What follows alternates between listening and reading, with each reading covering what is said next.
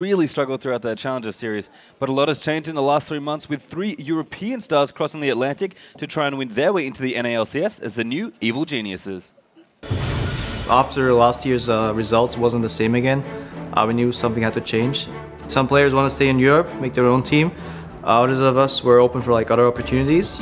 At the same time, Velocity didn't have a roster anymore. We saw a chance, and we're trying out in the Velocity spot under the EG brand and trying to get into the NA LCS. The reason for moving over initially was actually my idea.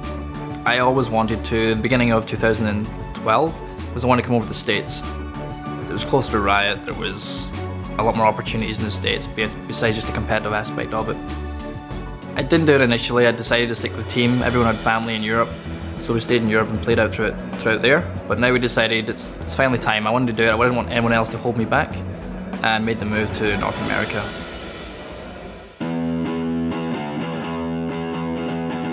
And it's a huge risk to take to come through the qualifiers when you already have a guaranteed spot in Europe.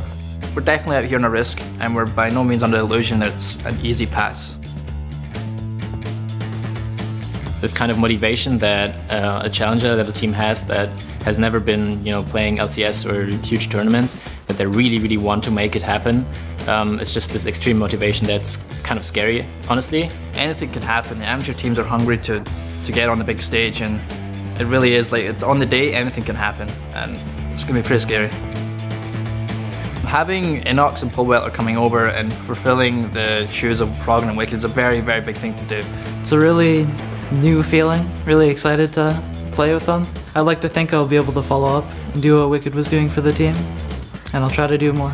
I feel that replacing Froggen is something really difficult and something that I'll have to keep trying to work towards, but I feel like if I give it my all, then I can do it. Because if you've been in a team with 5 people for so long, you start thinking about everything the same way over and over and over, and having 2 people step in with a completely fresh mind opens you up to a lot more alternatives. Yes, it's a burden that we have to school them in the ways of professional play by a little bit. Then again, the metagame entirely changed, and it's a fresh start for all of us. The aspect of free trade and trading across regions is actually really exciting. Talent breeds talent, people say. Other people come in and they elevate the talent of North America. I think there's a point to that, so it's definitely good that the people are able to cross the borders, go into Europe, America, Asia even if they want to try, and just level up the game all around. Players like Dexter coming in, or me, Creepo and Pete coming in, it's going to elevate the scene for sure. What we want is the game to be played at the highest level. Other people are scared that too many foreigners will come in and kick America's ass, but I'm pretty sure that there can be motivated players enough to rise up to that challenge and just take it home. They need more competition, and I think it's coming.